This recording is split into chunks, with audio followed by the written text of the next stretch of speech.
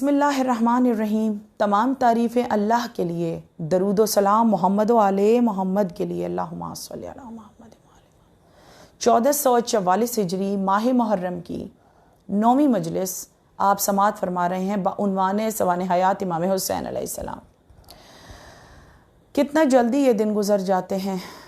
دیکھیے، میں نے آپ کے سامنے کچھ امام حسین علیہ السلام کی سوانح حیات کے کچھ گوشے، کچھ نکات جو ہیں وہ میں پیش کر پائی، جبکہ دعوت و سوانح حیات کے بیان کرنے کا تھا، لیکن میں اپنی عاجزی بھی پیش کرنا چاہوں گی کہ ایک خطیب کے لیے، ایک مقرر کے لیے، خطبہ پیش کرنے والے کے لیے ایک چیز سب سے اہم ہوتی ہے کہ اس محفل میں ایک خطیب ہو اور سامنے اس کے سامع ہوں۔ تو میرے لیے یہ ایک بہت محنت طلب بات تھی کہ بغیر سامعین کے تقریر کرنا، لیکن میری یہ ادنا سی کوشش، میری یہ ادنا سی خدمت، میں دعا گو ہوں کہ بار الہ تو بحق محمد و آل محمد اس کو شہزادی کونین اپنی بارگاہ میں قبول و منظور فرمائیں۔ دیکھیے، پورے عشرے میں یہ کہتی رہی کہ سوانح حیات کو ایک عشرے میں بیان کرنا بہت مشکل ہے، کیونکہ ارادہ الہی سے لے کر امام حسین علیہ السلام کا عالم نور ہی بیان کرنے کے لیے کہ دعویٰ یہ تھا کہ صفات الہی کا مظہر ہیں۔ اگر میں 99 نام بھی پروردگار عالم کے معصومین علیہ السلام کی صورت میں آپ کے سامنے پیش کرتی تو 99 تقریریں بنتی تھیں اور وہ بھی کامل نہ ہوتی۔ پھر اگر اصحاب امام حسین، جن میں سے میں نے جناب حر پہ تقریر آپ کے سامنے مجلس پیش کی، اگر میں اصحاب امام حسین کو عنوان بناؤں تو 72 تقریریں تو یہ بن جاتی ہیں۔ پھر طفلی کے واقعات، جوانی کے واقعات، امام کے ایک ایک قول کی شرح کرنے کے لیے پوری تقریر درکار ہے، پوری مجلس درکار ہے۔ لیکن میں نے انتہائی کم وقت میں کچھ گوشے، بس ایک ذرہ جو ہے وہ میں نے آپ کے سامنے پیش کیا۔ میں نے نہ دعویٰ کیا کہ ساری سوانح حیات بیان کر سکتی ہوں، ایسا نہ میں نے دعویٰ کیا، اور میں نے ہر مجلس میں کہا کہ بیان کرنا نہایت مشکل ہے، صدیاں لگ جائیں، صدیاں گزر جائیں تو بھی سوانح حیات امام حسین علیہ السلام کا احاطہ کرنا ناممکن ہے۔ تو آئیے، اب آج کی مجلس چاہے تھوڑی سی طویل ہو، لیکن میں کچھ ایسے نکتے آپ کے سامنے پیش کروں گی جو بار بار میری آنکھوں کے سامنے آ جاتے ہیں اور ان کا بیان بہت ضروری میں محسوس کر رہی ہوں۔ تو پروردگار عالم کے اسماء کے اوپر اگر 99 ناموں کے اوپر ہم نگاہ دوڑائیں، نگاہ پڑے، تو 3 نام ایسے ہیں جو قطار میں نظر آتے ہیں، جن کے معنی اور شرح بھی ایک جیسے ہیں: یا خالقو، یا مصورو اور یا باریو۔ ان تینوں اسماء پر جب نگاہ پڑتی ہے تو ان کے ناموں کی شرح جو ہے وہ ایک ہی معنی میں آئے گی۔ وہ کیسا خالق ہے؟ وہ ایسا خالق ہے، یعنی خالق کے معنی یہ ہیں کہ کسی شے سے شے کو خلق کرنے والا، جس کی مثال میں معصومین علیہ السلام سے پیش کروں گی کہ اس نے اپنے نور سے معصومین علیہ السلام کے نور کو خلق فرمایا، اور پھر ان کے انوار سے عرش اور کرسی، ملک اور انبیاء اور یہ پوری کائنات خلق ہوئی انہی کے نور سے۔ ان معصومین علیہ السلام، یعنی معصومین علیہ السلام پروردگار عالم کے نور سے ہیں، اور پھر پوری کائنات جو ہے وہ ان کے نور سے خلق ہوئی۔ یہ ہے اس کی صفت خلقیت۔ وہ ایسا خالق ہے جو شے سے شے کو خلق کرتا ہے۔ دوسری صفت جو میں نے آپ کے سامنے پیش کی وہ ہے یا مصورو، یعنی تصویر کا بنانے والا، اور اس کی یہ صفت جو ہے وہ اس بات سے ظاہر ہوئی کہ وہ ماؤں کے شکموں میں بچوں کی صورتیں بنانے والا ہے، اور ایسا مصور ہے کہ ایک صورت بناتا ہے تو دوسری صورت اس صورت سے مشابہ نہیں ہوتی، وہ جدا ہوتی ہے، وہ ایسا مصور ہے۔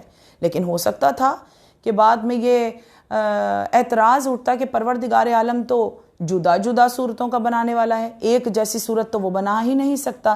تو جب اس کی صفت مصوریت اوج کمال پر پہنچی تو پھر اس نے 14 ایسے بنائے، اس نے 14 ایسے بنائے کہ جن میں پہچاننا مشکل تھا کہ اس میں محمد مصطفیٰ کون سے ہیں، اللہم صلی علی محمد وآل محمد، پہچان کرنا مشکل تھی۔ اور پھر رسالت معاب کو کی یہ حدیث اس کے ذیل میں پیش کی جا سکتی ہے کہ اولنا محمد و اوسطنا محمد و کلنا محمد، یہ سارے کے سارے ہی محمد ہیں۔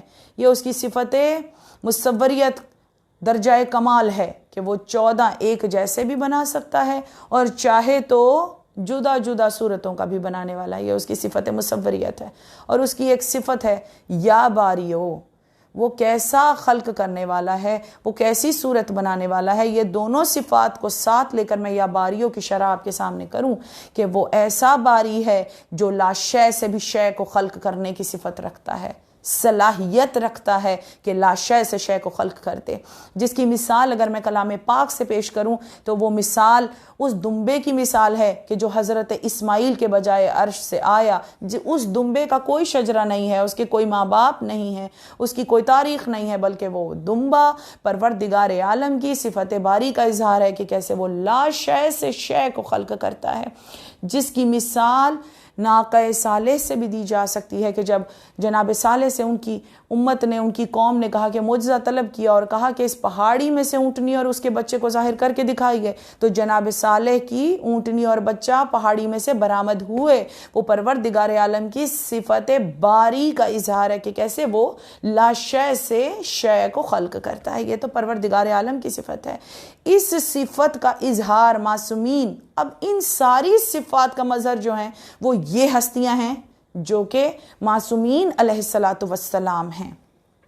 اب دلیل کے طور پر ایک واقعہ میں آپ کے گوش گزار کروں گی جو آپ کی معرفت میں اضافے کا سبب بنے گا۔ دیکھیے رفتار میری تھوڑی سی تیز ہوگی کیونکہ مجھے کچھ گوشے اہم آپ کے سامنے پیش کرنے ہیں اور پھر مصائب کی بھی منزل پر آپ کو لے جانا ہے، کیونکہ کل جو ہے وہ بس شام غریباں کا بیان میں آپ کے سامنے مختصراً اختصار کے ساتھ پیش کروں گی، مصائب صرف شام غریباں کے۔ اب آج آپ اس عنوان کو مجھے مکمل کرنے دیں گے اور جتنی بھی تقریر طویل ہو جائے آپ کو یہ سارے گوشے جو ہیں وہ سننے پڑیں گے۔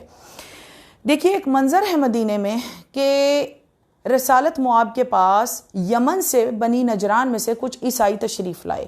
آپ نے پیغام رسالت، پروردگار عالم کے دین کا پیغام جب ان کے پاس بھیجا یمن میں بنی نصران کے پاس، عیسائیوں کے پاس، تو انہوں نے اپنے کچھ وفد بھیجے، 14 لوگوں کو بھیجا کہ مدینے میں جاؤ اور حقیقت معلوم کرو اسلام کی۔ اور جب وہ رسالت معاب کے پاس آئے اور انہوں نے کہا کہ ہم ابن اللہ عیسیٰ کو مانتے ہیں، تو رسالت معاب کے پاس پروردگار عالم نے یہ وحی کی کہ ان کو کہو کہ اگر عیسیٰ بن باپ کے ہیں تو آدم و حوا کے تو ماں بھی نہیں ہے اور باپ بھی نہیں ہے۔ عیسیٰ کی بھی خلقت ایسے ہی ہوئی ہے جیسے کہ آدم و حوا کی مٹی سے خلقت ہوئی ہے۔ اتنی بات سمجھ گئے؟ اب آگے آئیے، جو عیسائی ہیں ان کا عقیدہ ہے جناب مریم، جناب عیسیٰ اور روح اور جبرائیل علیہ السلام، روح الامین، یہ تینوں ان کے عقائد میں آتے ہیں کہ پروردگار عالم جو ہے وہ ان کے درمیان ہے، اور جبرائیل علیہ السلام کے ذریعے سے جناب مریم کو پروردگار عالم نے ایک بیٹا عطا کیا، اور پروردگار عالم جو ہے وہ انہی کے درمیان ہے، انہی میں سے کوئی خدا ہے۔ اب دیکھیے اس عقیدے کو لے کر آئے تھے، لیکن پنجتن پاک کے نور کو دیکھ کر انہوں نے مباہلہ کرنے سے منع کر دیا۔ کیوں؟ کہ وہ ان میں پروردگار عالم کی صفت خلق کو دیکھ رہے تھے۔ کیا کہا تھا انہوں نے؟ کہا تھا کہ اگر یہ چاہیں، اگر یہ کہہ دیں کہ پہاڑوں کو اپنی جگہ سے ہٹ جائیں تو یہ پہاڑ اپنی جگہ کو چھوڑ دیں۔ یہ کہا تھا عیسائیوں نے، یعنی یہ کون سی صفت ہے کہ پہاڑوں کو کہہ دیں تو اپنی جگہ کو چھوڑ دیں؟ صفت خلائقیت، خلق کرنا، شے سے شے کو اور شے کو لا شے کر دینا۔ یہ صفت دیکھی تھی عیسائی راہبوں نے، تو پھر سب نے مباہلے سے منع کیا اور وہ واپس چلے گئے۔ ان میں سے ایک راہب ہے جس کا نام تائب ہے، وہ نہیں گیا اور وہ مدینے میں رہ گیا، ایک بزرگ راہب، اور رسالت معاب صلی اللہ علیہ وآلہ وسلم کے پاس تشریف لایا اور سوال کیا کہ آپ میرے لیے دعا فرما دیجئے۔ اور دعا کیا تھی؟ کہ میرے ہاں اولاد نہیں ہے اور میرے لیے دعا فرمائیے کہ پروردگار عالم مجھے اولاد سے نوازے۔ تو رسالت معاب صلی اللہ علیہ وآلہ وسلم رحمت للعالمین ہے، ایک جائز حاجت لے کر آیا ہے آپ کے پاس، اولاد کے لیے دعا فرما دیتے، لیکن رسالت معاب نے دعا نہیں فرمائی اور یہ بتایا دعا کے بدلے میں کہ عرش پر، لوح پر تیری قسمت میں اولاد نہیں ہے۔ ابھی جبریل میرے پاس آئے ہیں اور یہ پیغام دیا کہ اس کے مقدر میں اولاد نہیں ہے۔ یہی جواب ہے نا۔ وہی رسالت معاب کی آغوش میں امام حسین علیہ السلام تشریف فرما تھے۔ اب میں یہ آپ کو سارا کچھ سمجھا کے پھر نتیجہ دوں گی، آپ اسی طرح میرے ساتھ متصل رہیے۔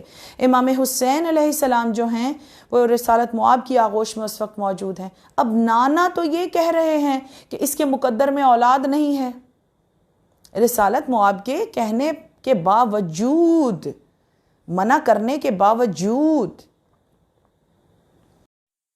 امام حسین علیہ السلام نے راہب کو بیٹے عطا کیے اور کہا میں نے تجھے ایک بیٹا عطا کیا، اور اس کے بعد دوسرا بیٹا، دوسرے کے بعد تیسرا، تیسرے کے بعد چوتھا، مسلسل 7 بیٹے امام حسین علیہ السلام نے راہب کو عطا کیے۔ اتنا واقعہ آپ کا سنا ہوا ہے۔ اب آئیے اس کی میں شرح کر دوں۔ دیکھیے یہ جو راہب ہے نا، یہ مباہلے سے تو ہار مان گئے تھے۔ جو تائب آیا ہے رسالت مواب کے پاس، مباہلے سے ہار مانا ہوا ہے، لیکن آیا تھا امتحان لینے رسالت مواب کا، کہ اگر ان کا اختیار ہے اور یہ پروردگار عالم کے سچے نبی اور رسول ہیں اور صاحب اختیار ہیں، تو یہ اپنا اختیار دکھائیں کہ پروردگار عالم تو بغیر باپ کے جناب مریم کو بیٹا عطا کر سکتا ہے، تو کیا یہ مجھے بیٹے عطا کر سکتے ہیں یا نہیں؟ وہ امتحان لینے آیا تھا رسالت کا، اس لیے کیونکہ ساری دنیا اس بات سے واقف ہے، اور رسالت مواب صلی اللہ علیہ وآلہ وسلم بھی اس بات سے واقف تھے کہ راہب جو دیر کی خدمت کے لیے ہوتا ہے، جو گرجے کی خدمت کے لیے ہوتا ہے، وہ چاہے عورت ہو چاہے مرد ہو، وہ شادی نہیں کرتے، ان کے ہاں شادیاں نہیں ہوتی۔ اس بات سے رسالت مواب جو ہیں وہ واقف تھے، اور اسی لیے انہوں نے راہب سے کہا کہ تیری قسمت میں اولاد نہیں ہے، بس اتنا جواب دیا تھا۔ لیکن یہاں پر امام حسین علیہ السلام نے یہ فرمایا کہ میں نے تجھے مسلسل، یعنی ایک کے بعد ایک، ایک کے بعد ایک 7 بیٹے عطا کیے۔ اور جب امام حسین علیہ السلام نے بیٹے عطا کیے تو راہب نے یہ کہا کہ آپ نے دعا کی، آپ نے کہا تو بیٹے مجھے مل جائیں گے۔ راہب نے کہا بیٹے مجھے مل جائیں گے، تو امام حسین علیہ السلام نے فرمایا کہ جاؤ اس گرجے میں جا جہاں تو بیٹھ کر انجیل کی تلاوت کرتا ہے، اور وہاں جا کر دیکھ کہ میں نے تجھے بیٹے عطا کر دیے، تجھے 7 بیٹے عطا ہو گئے، ہو چکے۔ اب آ جائیے اس کی دلیل لے لیجئے۔ واقعہ میں نے آپ کے گوش گزار کیا، اب اس میں جو امام حسین علیہ السلام نے اختیار دکھایا اور پروردگار عالم کی جس صفت کا اظہار ہوا وہ ہے صفت باری۔ ایک تو اپنا یہ اختیار دکھایا کہ چاہے لوح پر بھی لکھا ہو، قضا کو قدر میں بدلنے کا اختیار ہم رکھتے ہیں۔ ایک تو یہ اختیار امامت ہے کہ جیسے جناب حر کی قضا کو قدر میں بدلا امام حسین علیہ السلام نے۔ اور دوسری بات کیا تھی؟ دوسری بات یہ تھی کہ لا شے کو خلق کرنے کا ہنر بھی ہم جانتے ہیں، کہ جو پروردگار عالم کی صفت باری ہے اس کے مصداق بھی ہم ہیں۔ راہب کے ہاں بیوی بھی نہیں تھی، تو حسین نے بغیر بیوی کے، بغیر عورت کے 7 بیٹے عطا کر کے پروردگار عالم کی صفت باری کا اظہار کیا۔ اب سمجھے کہ میں نے آپ کے سامنے ایک دعویٰ جو کیا تھا کہ یہ صفات الہی کے مظہر ہیں، تو جو پروردگار عالم کی صفات ہیں وہ صفات کا اظہار کرتے ہوئے معصومین علیہ السلام نظر آئیں گے۔ بالخصوص میرا جو عشرے کا عنوان تھا اسی ہستی سے میں نے آپ کو صفت باری پروردگار عالم کی آپ کے سامنے پیش کی۔ اب آئیے عنوان کی جانب۔ امام حسین علیہ السلام جب مدینے کو چھوڑا تھے، اب ہیں امام حسین علیہ السلام کے خطبات اور فصاحت اور بلاغت اور امام کے اقوال، جس میں سے میں تھوڑا سا بیان آپ کے سامنے پیش کروں گی اور پھر مصائب کی جانب بڑھ جاؤں گی۔ دیکھیے امام حسین علیہ السلام نے جب مدینہ چھوڑا نا، تو عبداللہ ابن عباس نے امام حسین علیہ السلام سے فرمایا کہ آپ کوفے نہ جائیے، کوفے نہ جائیے، کیونکہ کوفے والے دغا باز ہیں، بے وفا ہیں، آپ یمن تشریف لے جائیے۔ کیوں؟ کیونکہ یمن میں مولا کائنات کے چاہنے والے موجود تھے۔ امام حسین علیہ السلام نے اس کا جواب کیا دیا؟ امام حسین علیہ السلام نے فرمایا کہ دیکھو ہم تھوڑا مدینہ چھوڑ رہے ہیں، یہ تو کل شب نانا خواب میں آئے، اور انہوں نے فرمایا کہ حسین آپ کی قربانی کا وعدہ جو بار بار میں نے پچھلی مجالس میں آپ کے سامنے پیش کیا تھا کہ وہ بار بار عہد جو ہے وہ یاد کروایا جاتا تھا، تو امام حسین علیہ السلام نے فرمایا کہ کل شب نانا خواب میں آئے اور انہوں نے فرمایا کہ پروردگار عالم یہ چاہتا ہے کہ آپ راہ خدا میں شہید کر دیے جائیں، اور جب یہی سوال محمد حنفیہ نے مدینے میں امام حسین علیہ السلام سے کیا کہ مولا نہ جائیے کوفے میں، تو امام حسین علیہ السلام نے ان کو کیا جواب دیا؟ ان کو ان کی بصیرت کے مطابق امام نے جواب یہ دیا کہ دیکھو محمد حنفیہ، جس طرح جانور، یہ رینگنے والے جانور اپنے بلوں میں جا کر محفوظ ہو جاتے ہیں، اگر میں ان کی طرح بھی کسی مقام پر جا کر چھپ بھی جاؤں تو یہ بنی امیہ مجھے قتل کیے بغیر نہیں رہیں گے، یہ مجھے زندہ نہیں چھوڑیں گے۔ اس طرح کے بہت سارے خطبات، اور پھر امام حسین نے خطبہ پیش کیا۔ اس طرح بہت سارے اقوال ہیں امام حسین علیہ السلام کے، جیسے میدان کربلا میں امام حسین علیہ السلام نے فرمایا کہ میری ماں کے قدموں تلے جنت ہے، میری ماں کے قدموں تلے جنت ہے۔ جس قول کو دنیا نے لیا ماں کے قدموں تلے جنت ہے، دیکھیے اگر ماں کے قدموں تلے جنت ہوتی تو پھر یزید بھی اپنی ماں کی خدمت کر کے اور یہودی بھی اپنی ماں کی خدمت کر کے داخل جنت ہو سکتا تھا؟ نہیں، یہ قول امام حسین علیہ السلام سے ہے۔ اور پھر اس کی شرح میں یہ کر دوں کہ اس ماں کے قدموں تلے جنت ہے جو تاسیہ زہرا میں جیے، جو اپنے بچوں کو ولایت علی سے سرشار اور عزاداری امام حسین میں عزادار بنا کر پرورش کرے اور پروان چڑھائے، اس ماں کے قدموں تلے جنت ہے کہ جو اپنے بچوں کو ائمہ علیہ السلام کی، پروردگار عالم کی معرفت کروائے اور اس طرح پروان چڑھائے، جو تاسیہ زہرا میں جیے۔ امام حسین علیہ السلام کے وہ اقوال جو لشکر یزید کے سامنے مولا نے دیے، جس میں سے ایک قول یہ ہے کہ سامنے لشکر یزید کو پکار کر امام حسین علیہ السلام نے فرمایا کہ ذلت کی زندگی سے عزت کی موت بہتر ہے۔ یہ ان کے لیے تھا پیغام۔ اس کے بعد مولا کے وہ خطبات جو تمام سفر میں موجود ہیں، اور تمام اصحاب و انصار کے جو امام ان کے حوصلے بڑھا رہے تھے۔ دیکھیے سب تو مدینے سے نہیں گئے نا، سب مولا کے ساتھ مدینے سے نہیں ہیں۔ جب تک یہ کاروان راستے میں ہے اور چلتا جا رہا ہے، بڑھتا جا رہا ہے، مختلف قریوں سے، مختلف شہروں سے بہت سارے لوگ ہیں جو مولا کے ساتھ شامل ہوئے۔ انہیں نہ تخت چاہیے تھا، نہ کوئی تاج، نہ کوئی حکومت۔ وہ کس بات پہ مولا کے ساتھ شامل ہو رہے تھے؟ مولا کی فصاحت اور بلاغت کو دیکھ کر۔ مولا ان سے ایسے خطبہ کرتے تھے، مولا ان سے ایسے بات چیت کر رہے تھے، ایسی تقریریں ہیں مولا کے، ایسے خطبات ہیں جن کو سن سن کر وہ مولا پہ جان نثاری کے لیے تیار ہو رہے تھے۔ مولا نے ان کو تیار کیا ہے۔ پھر ایک منزل پر امام حسین علیہ السلام کا وہ خطبہ کہ مولا نے اپنے اصحاب کو ایک جگہ پر جمع فرمایا، اور جب سب جمع ہو گئے تو مولا نے خطبہ ان کے سامنے دینا شروع کیا، اور کیا فرمایا کہ تمہارا انتخاب جو ہے وہ حکم الہی سے ہوا ہے۔ اور امام حسین علیہ السلام کا یہ سفر، اگر میں یہ کہہ دوں کہ یہ تقریروں کا سفر ہے، یہ تقریروں کا سفر ہے، یہ خطبات کا سفر ہے، تو یہ کہنا غلط نہیں ہوگا۔ اور پھر میں نے آپ کے سامنے پیش کیا کہ ایک منزل وہ آئی جہاں پر امام نے اپنے تمام اصحاب و انصار اور عزیزوں کو جمع فرمایا اور ان کو خطبہ دیا، کیا کہ دیکھو مہدی آنے والا ہے، آخری زمانے کا امام ہے۔ ان کی معرفت امام نے کروائی، کیونکہ میں نے آپ کو پچھلی مجالس کو اگر آپ غور سے سنیں گے تو آپ کو میں نے ایک بات پیش کی تھی کہ 313 اصحاب جب جنگ کر رہے تھے اور حملے کر رہے تھے تو وہ یہ کہتے جاتے تھے کہ ابھی ایک جنگ ہمیں اور کرنا ہے، نہیں ہوں گے 313 پورے جب تک یہ اصحاب امام حسین علیہ السلام نہ آ جائیں۔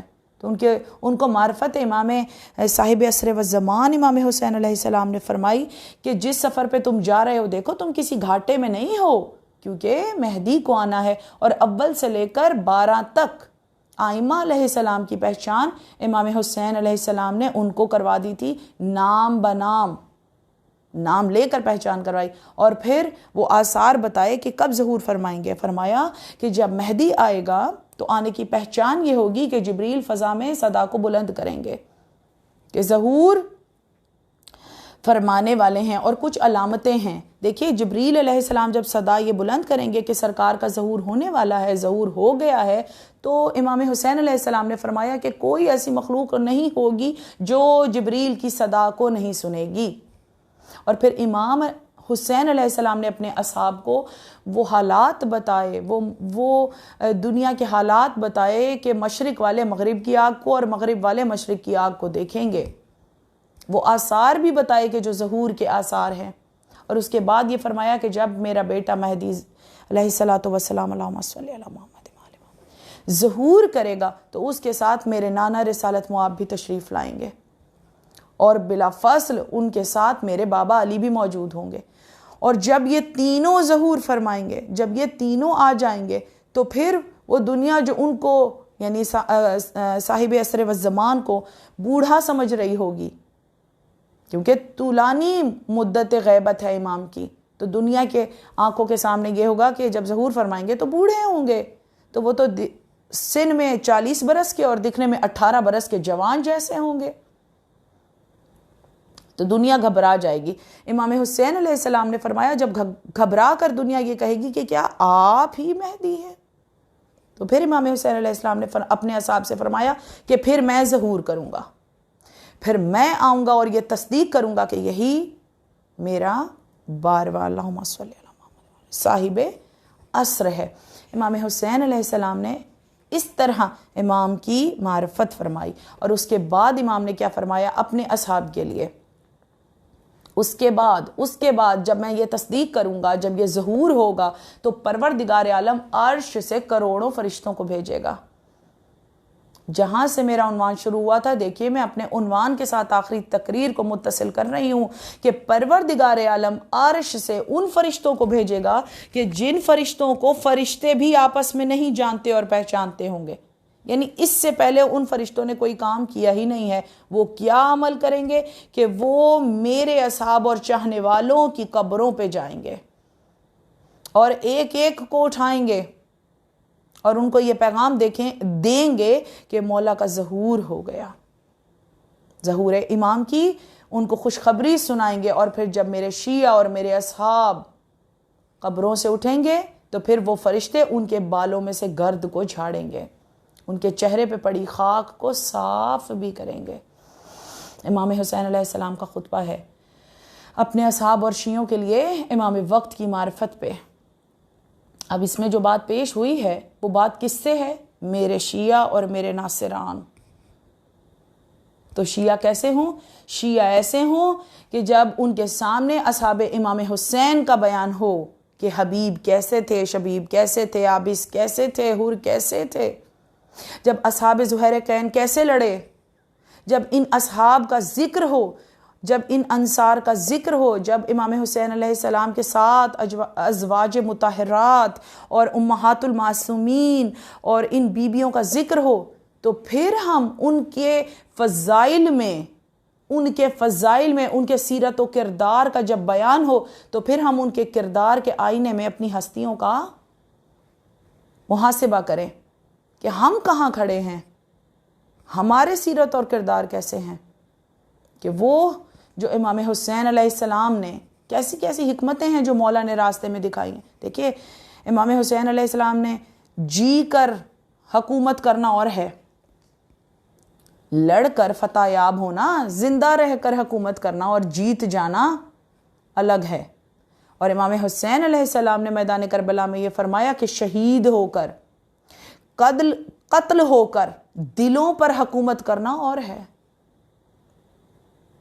نفرت پہ دنیا کو جمع کرنا آسان تھا، لیکن محبت کا دین ہے، مودت کا دین ہے۔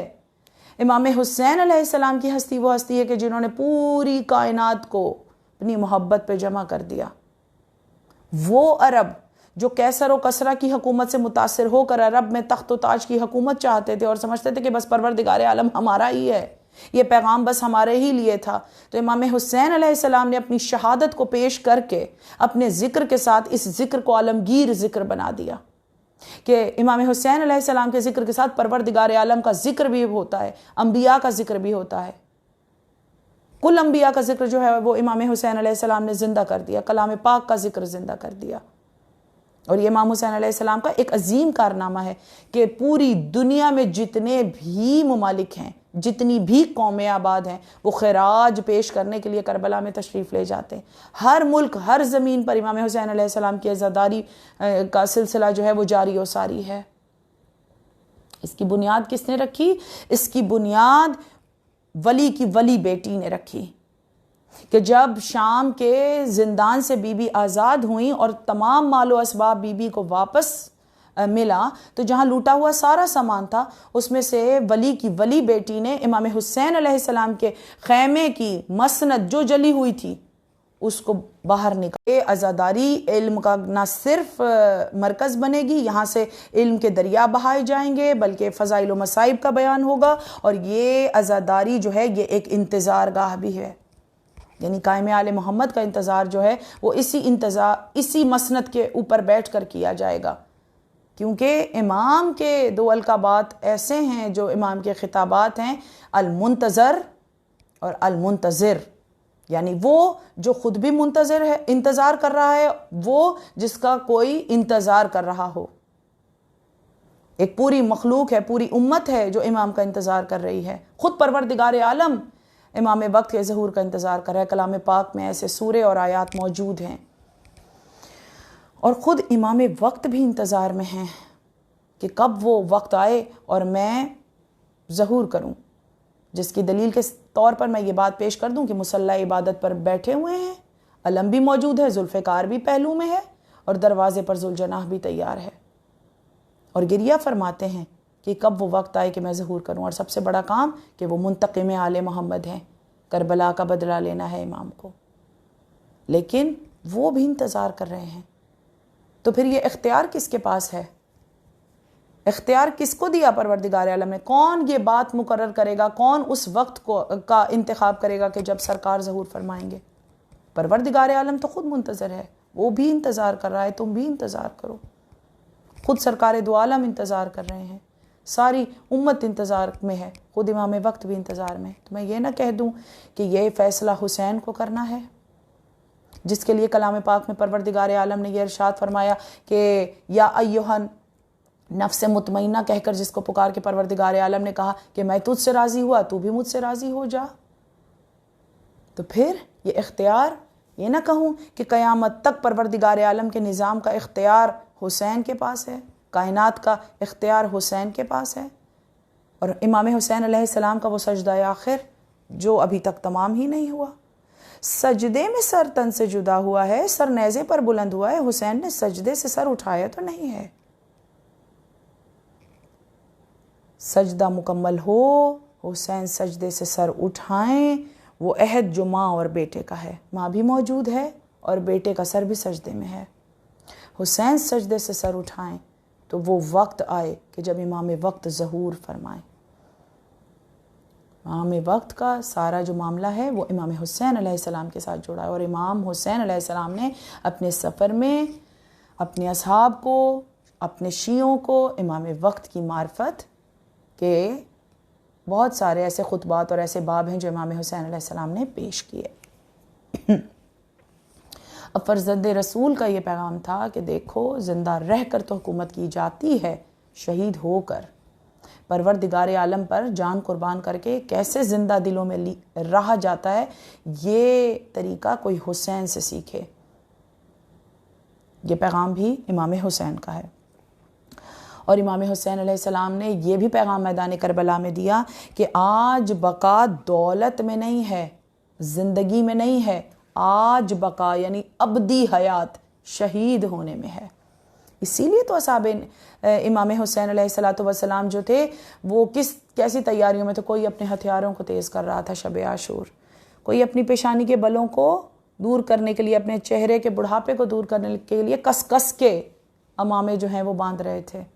کوئی اپنی کمر کے خم کو سیدھا کرنے کے لیے لکڑیاں باندھ کے کمر کے خم کو سیدھا کر رہے تھے، اور مسکرا کر ایک دوسرے کو مبارکباد دے رہے تھے. ان اصحاب کے کردار کے آئینے میں ہمیں دیکھنا ہے کہ ہم کیسے شیعہ ہیں، کیونکہ ہم انتظار کر رہے ہیں. ہم اس فرش ازائے امام حسین پر منتظر ہیں، ہم خود انتظار کر رہے ہیں. یہ سب سے بڑی انتظار گاہ ہے، یہ سب سے بڑا عمل ہے جو ہم امام وقت کی غیر موجودگی میں، پردہ غیبت میں، امام کی غیبت کبریٰ کے دور میں جو عمل ہمیں پیش کرنا ہے وہ انتظار ہے. اب امام حسین علیہ السلام نے میدان کربلا میں یہ بتایا کہ کبھی سر کاٹ کے فتح ہوتی ہے اور کبھی سر کٹوا کر فتح ہوتی ہے. یہ نسخہ بھی امام حسین علیہ السلام نے میدان کربلا میں دیا. اور پھر کون کون سی قربانیاں ہیں جو کربلا میں دکھائی دیتی ہیں؟ 90 برس کے اصحاب، 90 برس کی قربانی بھی کربلا میں موجود ہے. 90 برس سے لے کر 6 ماہ کے بچے تک کی قربانی میدان کربلا میں موجود ہے، اور ان کی شجاعت، کہ شجاعت تو اون و محمد کی شجاعت کی دھات جو ہے وہ فوج اشقیہ کے اوپر بیٹھ گئی تھی، کہ کس بہادری سے شہزادہ قاسم لڑے، کیسے تلوار کے جوہر جو ہیں وہ ہم شکل پیمبر نے دکھائے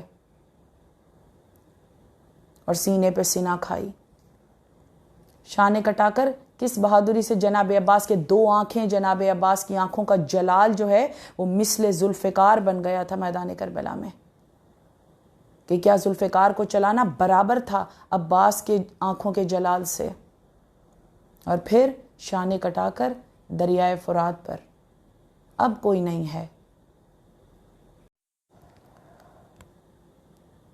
میمنہ نہ رہا، میسرہ نہ رہا، قلب لشکر نہ رہا، علی اصغر بھی اپنے آپ کو گہوارے سے گرا چکے، عباس دریا پہ ہیں، اب کوئی نہیں ہے، حسین تنہا رہ گئے، حسین ہیں اور ان کی تنہائی ہے۔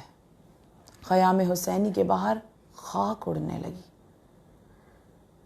دروازے پر، خیمے کے دروازے پر ماں کی کنیز فضہ موجود ہیں، اور امام حسین علیہ السلام اپنے خیموں میں تشریف لے گئے۔ اب یہ وہ مصائب ہے کہ جس کے لیے میں آپ کو ایک روایت پیش کر دوں۔ علامہ مجلسی کربلا تشریف لے گئے اور وہیں ان کا قیام تھا، اور وہ ذریعہ امام حسین میں ہر دن مصائب امام حسین پڑھا کرتے تھے، مجلس ہوتی تھی۔ ایک شب بی بی پاک جناب فاطمۃ الزہرا سلام اللہ علیہا ان کے خواب میں آئیں، اور خواب میں آ کر کیا کہا کہ مجلسی تم میرے بیٹے کی وہ مصیبت کیوں نہیں پڑھتے جو سب سے بڑی مصیبت کا وقت تھا؟ کہا بی بی میں تو ہر دن امام حسین علیہ السلام کے مصائب کا بیان کرتا ہوں۔ بی بی نے فرمایا نہیں، وہ مصیبت پڑھو مجلسی کہ وہ کتنی بڑی مصیبت تھی کہ جب خیموں سے میرا حسین رخصت ہوا، میری بہوؤں اور بیٹیوں پہ کتنا غربت کا وقت تھا۔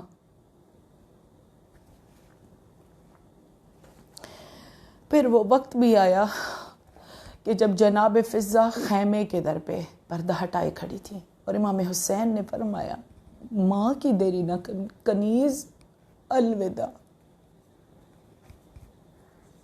خیموں میں تشریف لے کر گئے اور کہا لیلا الوداع، ام رباب الوداع۔ ہر بیوی سے امام حسین علیہ السلام کی رخصت ہے۔ اس کے بعد بی بی زینب سلام اللہ علیہا کے ساتھ امام حسین علیہ السلام خیمے میں تشریف لے گئے، اور بہن بھائی میں راز و نیاز ہوئے۔ جب جا رہے تھے خیمے میں تو امام حسین آگے تھے اور بی بی زینب سلام اللہ علیہا پیچھے تھی، اور امام نے فرمایا بی بی زینب سے کس طرح بچوں کی حفاظت کرنی ہے، کس طرح امامت کو سنبھالنا ہے، کس طرح کوفے کے بازاروں میں جانا ہے، کس طرح کوفے کے درباروں میں جانا ہے، شام کے بازاروں میں کیا ہوگا، اور پھر شرابی کا دربار۔ امام حسین نے سارے اسرار جو ہیں وہ بی بی زینب سلام اللہ علیہا کے سپرد کیے۔ اسی لیے بی بی کا ایک لقب ہے امینت اللہ، شریکت الحسین بی بی۔ اور جب واپس خیمے سے باہر امام حسین برآمد ہوئے نا تو آگے بی بی ثانیہ زہرا تھی، اور پیچھے پیچھے غریب زہرا، پرانا لباس پہن لیا، وہ قیمتی پٹکا نادر جو بی بی شہر بانو کی طرف سے امام حسین کو عطا ہوا تھا، امام نے وہ باندھا۔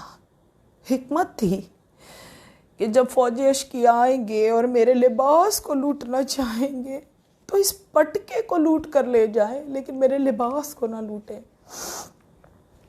جب امام حسین علیہ السلام خیام سے باہر رخصت ہونے لگے تو اتنا گریا تھا، اتنا ماتم تھا۔ بس ایک جملے میں پیش کر دوں کہ جو بچے تھے وہ امام علی مقام کی ابا کے دامن سے لپٹے ہوئے کہتے تھے بابا نہ جائیے۔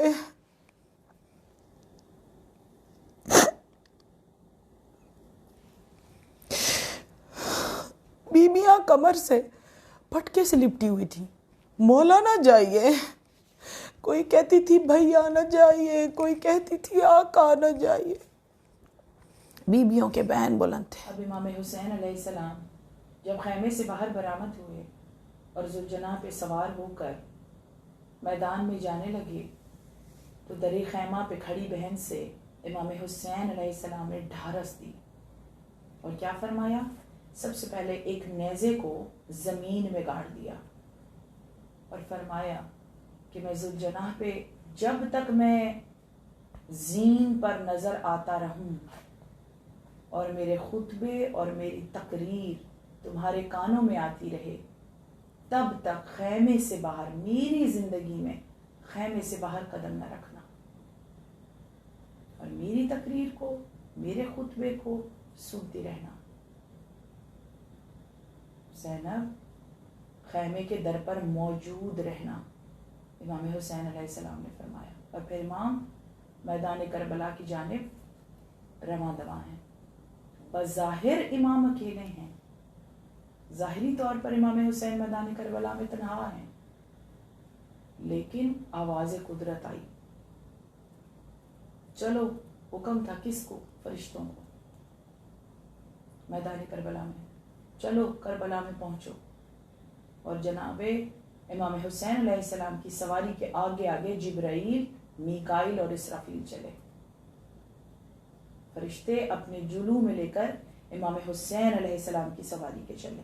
اور اس کے بعد جو دوسری ہستیاں میدان کربلا میں جن کا ورود ہوتا ہے وہ ہیں جناب جعفر طیار, جناب حمزہ, خود امام حسن مجتبیٰ, مولائے کائنات, رسالت معاب امام حسین علیہ السلام کی سواری کے دائیں اور بائیں چلے. یہیں پر بات تمام نہیں ہوتی. اب انبیاء نے عرش کو چھوڑ دیا, جنت میں اپنے حجروں سے باہر آئے, عرش کے دریچے کھلے اور کل انبیاء کی سواریاں جو ہیں وہ کربلا میں اتری.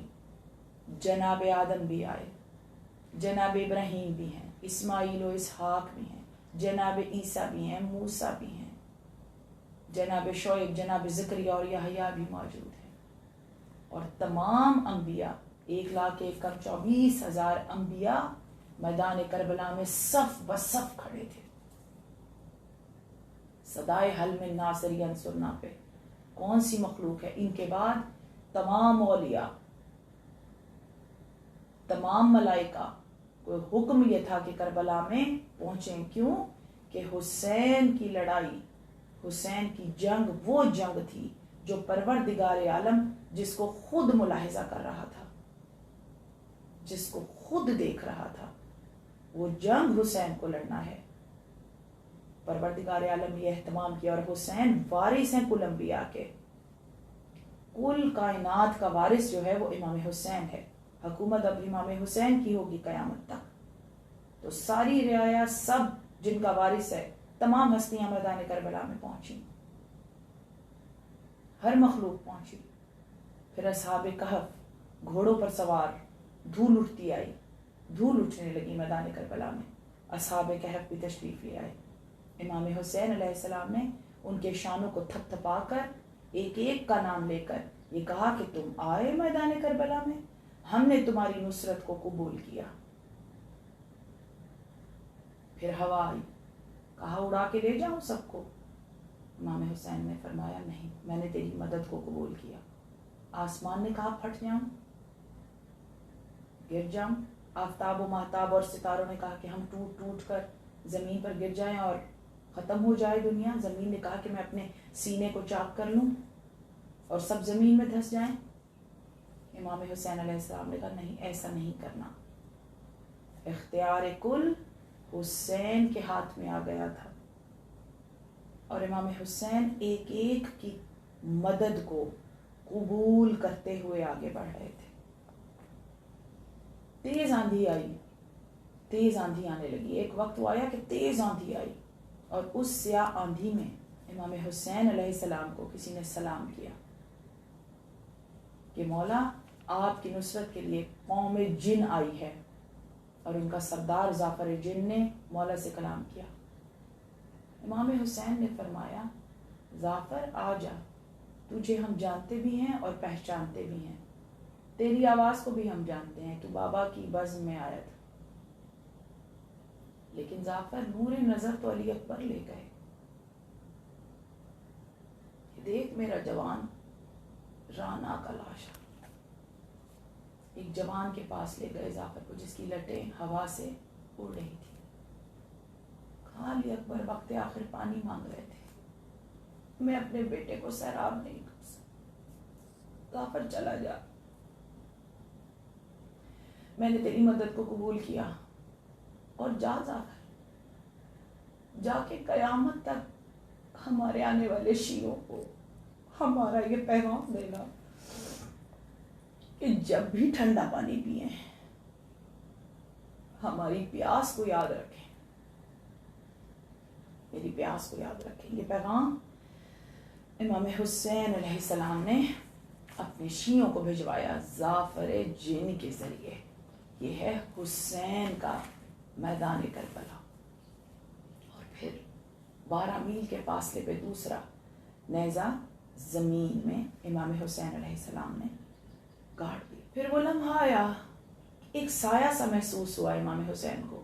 کیا دیکھا آسمان کی جانب کہ جبریل امین بچپنے میں جو جھولا جھلانے آتے تھے، جنہوں نے بچپنے کے ناز اٹھائے ہیں، آفتاب کے اوپر اپنے پروں کو پھیلائے ہوئے ہیں، کیونکہ دھوپ اتنی تھی، گرمی اتنی تھی۔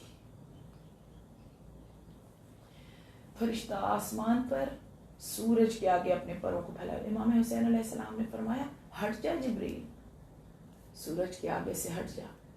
آج حسین نے اس عظیم قربانی کو پیش کرنا ہے کہ جس کا وعدہ محضر نامہ تم ہی تو لائے تھے بچپنے میں، جس پر حسین نے دستخط کیے تھے۔ جبریل آج مجھے اس وعدے کو پورا کرنا ہے اور اس عظیم قربانی کو پیش کرنا ہے کہ جس کا وعدہ عالم نور سے ہے، جو میرا بچپنے کا وعدہ ہے۔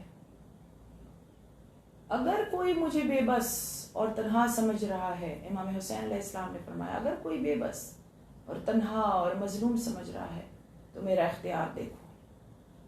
اب دیکھو ایک بھوکے پیاسے کی جنگ دیکھو، اس کی جنگ دیکھو جس کی اولاد کو اس کے سامنے قتل کر دیا گیا، اور یا علی کہہ کر، اب یا علی کہہ کر امام حسین علیہ السلام نے مولا کائنات کی تلوار کو نیام سے کھینچا۔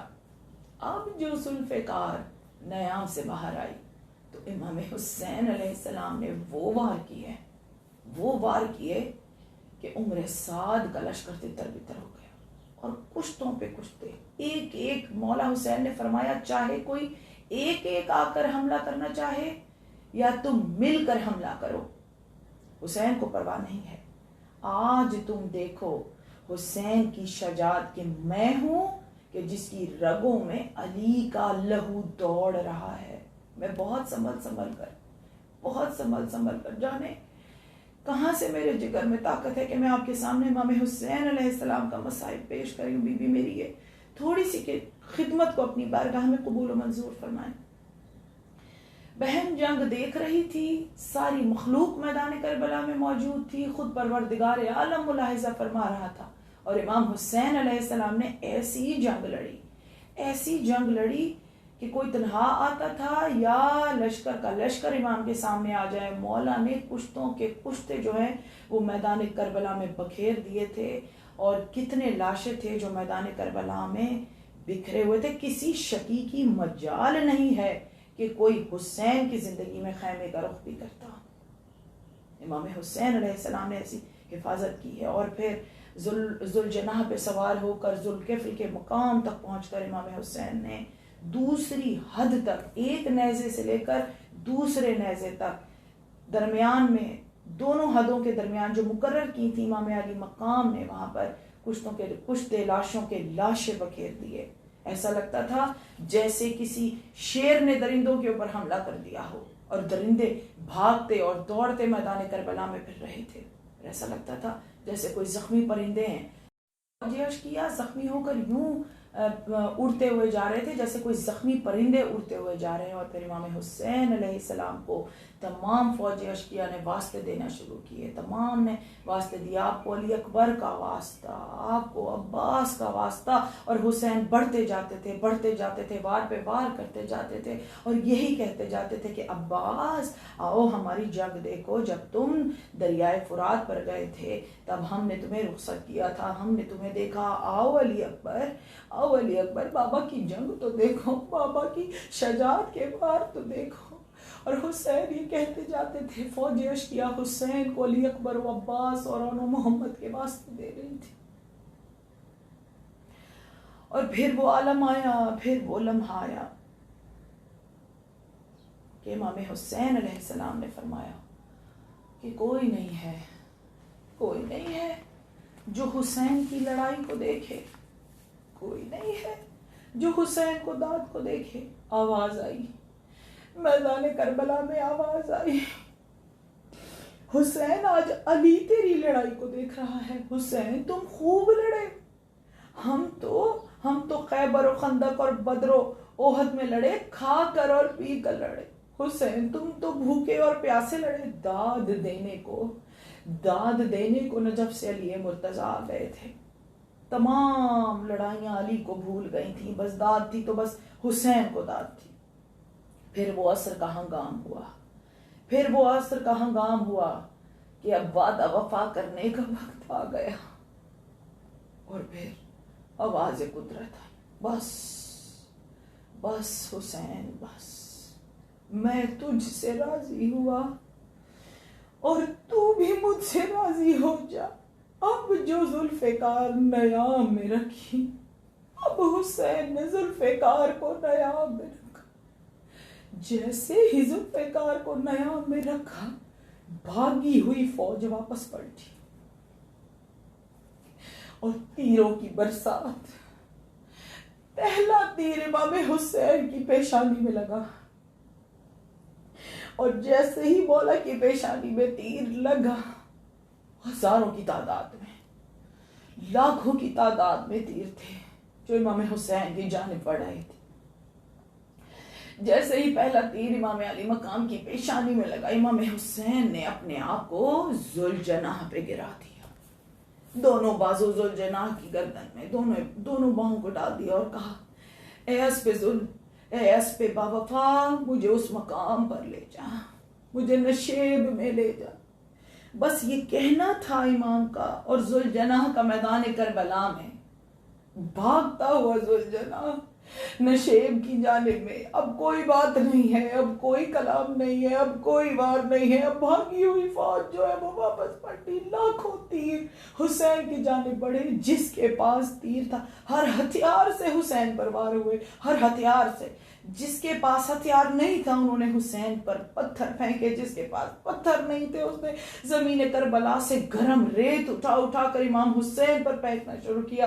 اس کے بعد میرے مولا کا زین سے زمین پر آ پہ وہ سجدہ آخر, ماں کے زانوں پر سر حسین, کہ جس کے لیے امام جعفر صادق نے فرمایا کہ تنہائی میں بھی ہو تو چیخ کرو. کہ کس طرح بچوں کی صدائیں, کس طرح بیویوں کی صدائیں, کس طرح صدائے جبریل کربلا میں بلند تھی کہ قد قتل الحسین الا لعنت اللہ علی القوم الظالمین. ہائے حسین